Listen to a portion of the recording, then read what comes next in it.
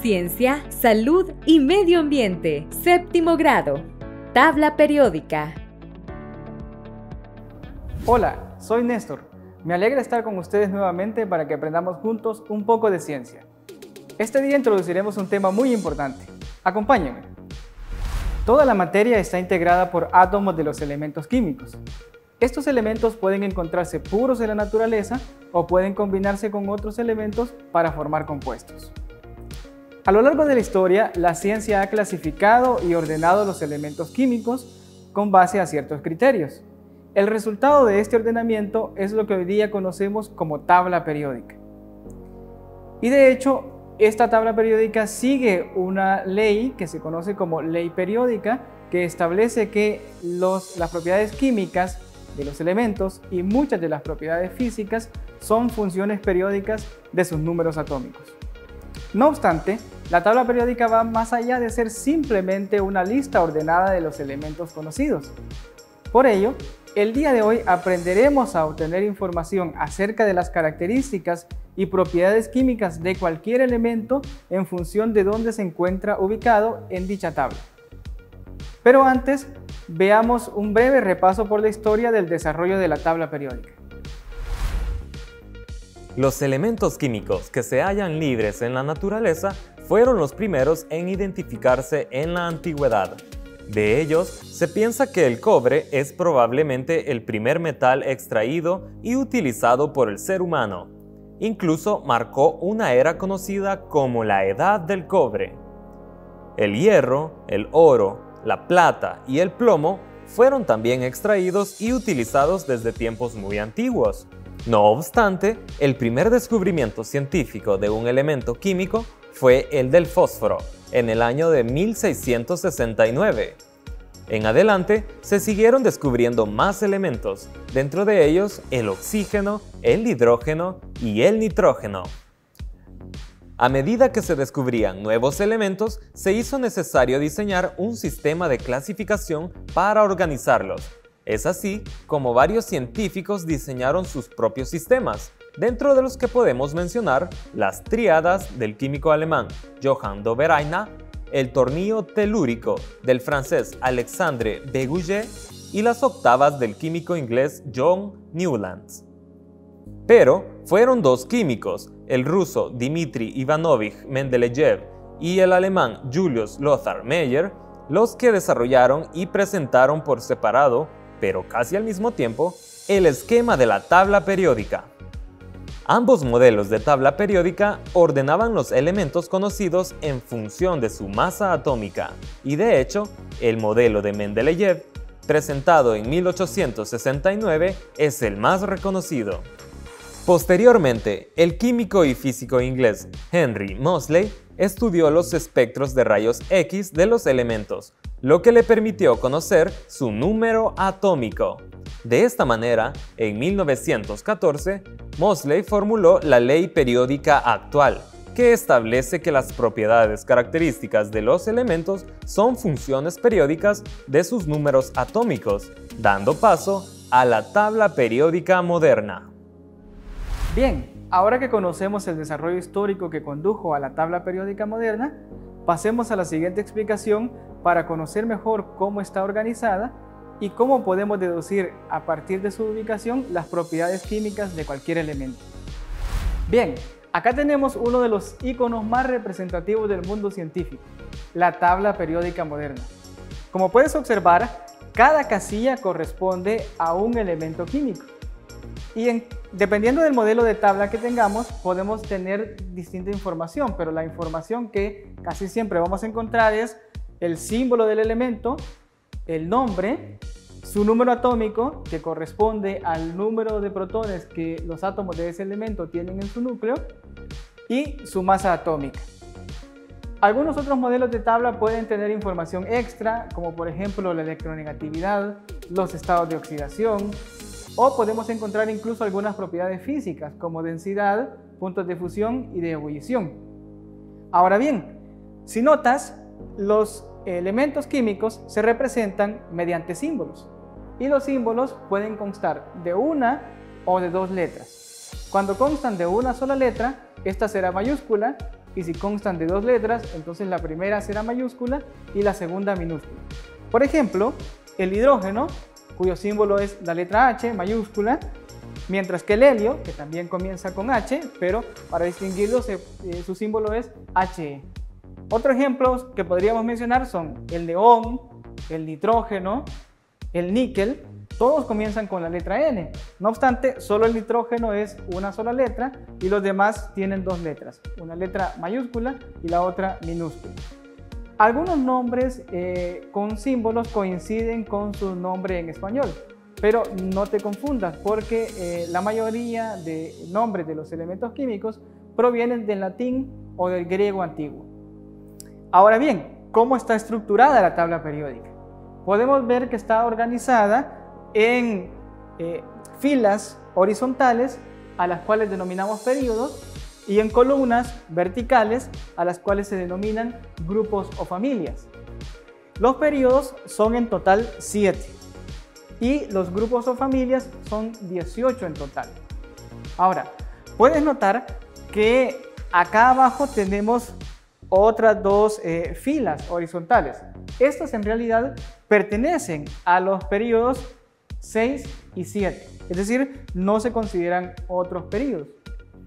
Los períodos se comienzan numerando desde el 1 y hasta el 7, es decir, el período 1 que comienza con el hidrógeno solo tiene 2 elementos, luego los períodos 2 y 3 tienen 8 elementos en total, luego los períodos 4 y 5 tienen 18 y finalmente, si incluimos estos elementos que aparecen acá abajo, los períodos 6 y 7 tienen 32 elementos en total. Ahora bien, los grupos o familias se suelen numerar del 1 al 18, comenzando por el grupo que comienza por el hidrógeno, acá a la izquierda, y terminando con el que comienza con el helio a la derecha. Anteriormente también se numeraban con números romanos acompañados de una letra, pero en la actualidad se prefiere hacerlo con números arábigos del 1 al 18. Ahora bien, estas dos filas que tenemos acá abajo se denominan series. La serie de los lantánidos, que comienza precisamente con el lantano, y la serie de los actínidos, que comienza con el elemento actínido. Estos elementos tienen propiedades similares entre ellos y de hecho se deberían de ubicar justo en este mismo lugar o a la par de ellos. Además, podemos mencionar de que si tuviéramos una representación en 3 dimensiones, podrían estar en esa misma casilla pero hacia atrás, por mencionarlo, ¿no? Entonces, para verlo de una forma compacta, se colocan acá abajo. Además, en la tabla periódica podemos ubicar bloques de elementos. Estos dos grupos o familias iniciales, junto con estos otros 6 grupos o familias de la derecha, se denominan elementos representativos. El bloque que aparece al centro se denomina elementos de transición y las dos series de aquí abajo se denominan elementos de transición interna. Ahora bien, algunos grupos o familias tienen nombres específicos. El grupo 1 se denomina metales alcalinos, el grupo 2 metales alcalino-térreos, el grupo 7 se conoce como halógenos y el grupo 8 se denominan gases nobles. Conociendo la ubicación de un elemento, yo puedo decir de qué elemento se trata, es decir, si me dan la ubicación, puedo entonces decir de qué elemento se trata. Por ejemplo, si me piden ubicar el elemento del periodo 5, grupo 3. Entonces me voy acá, periodo comenzando desde arriba, 1, 2, 3, 4, 5, y me dicen del grupo 3, entonces sería el itrio. Por el contrario, si yo quiero dar la ubicación de algún elemento, puedo hacerlo también. Por ejemplo, ¿cuál es la ubicación del elemento bismuto? Entonces, él se encuentra en el periodo 6 y se encuentra en el grupo 15. ¿Sí? Entonces necesito nada más conocer la numeración tanto de periodos como de grupos para dar la ubicación de cualquier elemento en la tabla periódica. Ahora que conocemos cómo está organizada, podemos pasar a la siguiente explicación para saber cómo se clasifican los elementos en función de sus propiedades físicas y químicas. De acuerdo a sus propiedades químicas y físicas, los elementos se clasifican en 3 categorías: metales, no metales y semimetales o metaloides. En algunas tablas periódicas aparece una línea escalonada que comienza desde el boro y es más gruesa. En otros modelos como este, para diferenciar esta frontera, se utiliza un color de fondo diferente para cada casilla, es decir, para cada elemento. Y justamente a la izquierda de esta división se ubican los metales, mientras que a la derecha los no metales. Nota cómo existen más elementos del tipo metálico en comparación con los no metales. Los elementos que están en esta frontera son los semimetales o metaloides y son precisamente los que tienen características intermedias entre metales y no metales. Ahora bien, las características que podemos mencionar de los metales es que son sólidos a temperatura ambiente, a excepción del mercurio, que es líquido. Además, estos poseen un brillo metálico característico. Otra de las características es que son maleables y dúctiles, es decir, se pueden hacer láminas delgadas e hilos delgados con estos metales. Y una de las características o propiedades que más sobresale de ellos es que son buenos conductores del calor y de la electricidad. En el caso de los no metales, podríamos decir que sus propiedades son básicamente inversas a las de los metales.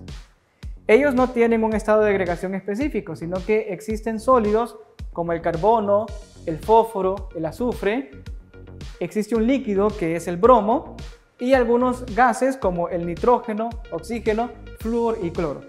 Dentro de sus otras características podemos mencionar que en el caso de los que son sólidos no son maleables ni dúctiles. Además, no poseen brillo metálico. Tampoco pueden conducir el calor y la electricidad, por lo tanto actúan como aislantes térmicos y eléctricos. En el caso de los semimetales, ellos poseen propiedades características intermedias entre metales y no metales. Y la característica que más sobresale de ellos es que son semiconductores. Y por eso se pueden utilizar para la fabricación de transistores o de microprocesadores o de celdas fotovoltaicas.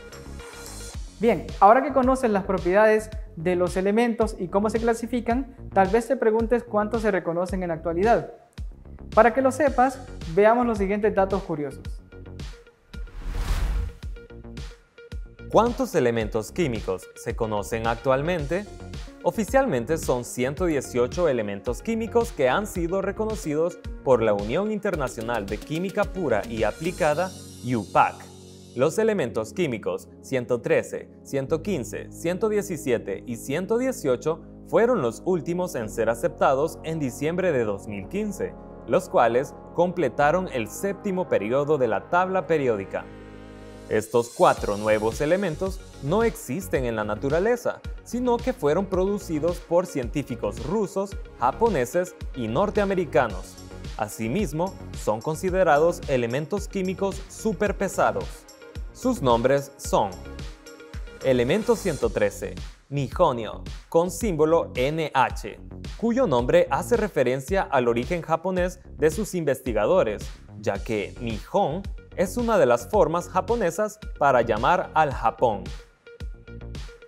Elemento 115, moscovio, con símbolo MC, en homenaje a los científicos de la región de Dubna, situada en Moscú, capital de Rusia. Elemento 117, teneso, con símbolo TS, ya que fue producido en el Laboratorio Nacional de la ciudad de Oak Ridge, en el estado estadounidense de Tennessee. Elemento 118, oganesón, con símbolo OG, cuyo nombre rinde tributo al físico ruso Yuri Oganesian, que ha contribuido enormemente al descubrimiento de este y otros elementos superpesados. Por tanto, los nuevos nombres siguen la tradición de que los elementos se identifiquen siguiendo ciertas reglas, como son los nombres de científicos o las ubicaciones geográficas de los institutos de investigación. Bien, este día hemos hablado cómo está organizada la tabla periódica y cómo se clasifican los elementos. El conocimiento del nombre y los símbolos de los elementos es muy importante para el estudio de las ciencias. Sin embargo, no estás obligado a memorizar todos los nombres y símbolos, puesto que esta tarea es muy extenuante y verás cómo con la práctica se te irán quedando varios de ellos. Bueno, esto ha sido todo por hoy. Espero que te haya gustado, pero sobre todo que hayas aprendido algo nuevo. Nos vemos en una próxima clase. Hasta luego.